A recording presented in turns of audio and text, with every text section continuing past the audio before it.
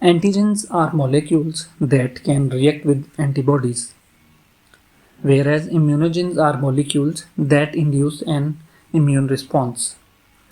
All immunogens are antigens, but all antigens are not immunogens.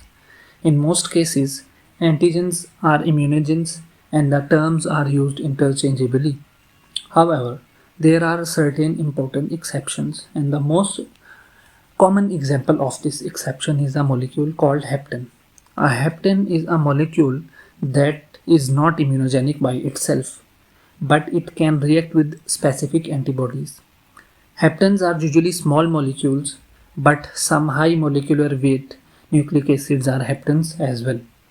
Many drugs, such as penicillins, are heptanes, and the catechol in the plant oil that causes poison oak and poison ivy is a heptane as well. The reason behind the non-immunogenic nature of the heptane is that they cannot activate the helper T cells, and the failure of heptanes to activate the T cells is due to their inability to bind to the MHC protein, the major histocompatibility complex. They cannot bind because they are not polypeptides. Okay, only polypeptides are able to bind to the MHC protein. So heptanes cannot activate the T cells. Although heptanes cannot stimulate a primary or secondary response by themselves, they can do so when they are covalently bound to a carrier protein. Let's now talk about the specificity of the antigen and antibody interaction. The interaction of antigen and antibody is highly specific, and this characteristic feature is frequently used in the diagnostic laboratory to identify microorganisms. Antigens and antibody bind by weak forces such as hydrogen bonds and van der Waals forces rather than by covalent bonds, and the strength of the binding is proportionate to the fit of the antigen with its antibody binding site. The affinity of antibodies increases with successive exposure to the specific antigen. There are certain features that determine the immunogenicity of a molecule. Some of the features are explained in the next section. First is the foreignness. In general, molecules recognized as self are not immunogenic. We are tolerant to those self molecules. To be immunogenic, molecules must be recognized as non-self or foreign. The next feature is the molecular size. The most potent immunogens are proteins with high molecular weights above 100,000 Daltons. Generally, molecules with molecular weights below 10,000 are weakly immunogenic and are very small ones, such as an amino acids.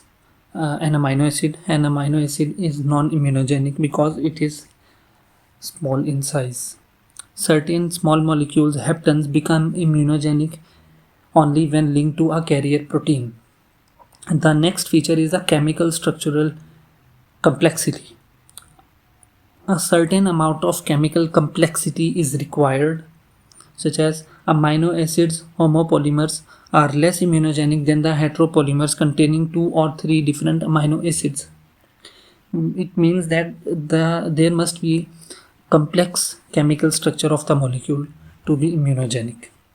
The next feature is the antigenic determinant or epitopes. Epitopes are small chemical groups on the antigen molecules that can elicit and react with antibody.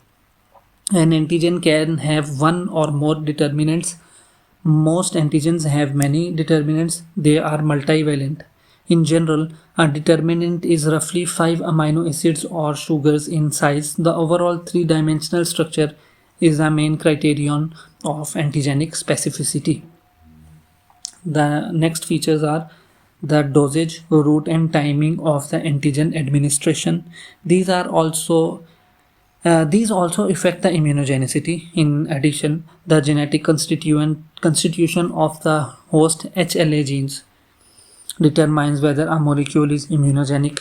Different strains of the same species of animals may respond differently to the same antigen.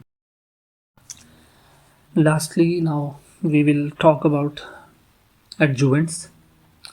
Adjuvants are substances that enhance the immune response to an immunogen. They are chemically unrelated to the immunogen and may act by non-specifically stimulating the immunoreactive cells or by releasing the immunogen slowly. Some human vaccines contain adjuvants, and the examples of adjuvants are aluminum hydroxide or lipids. There will be a separate video on the adjuvants, their types, and their working principles.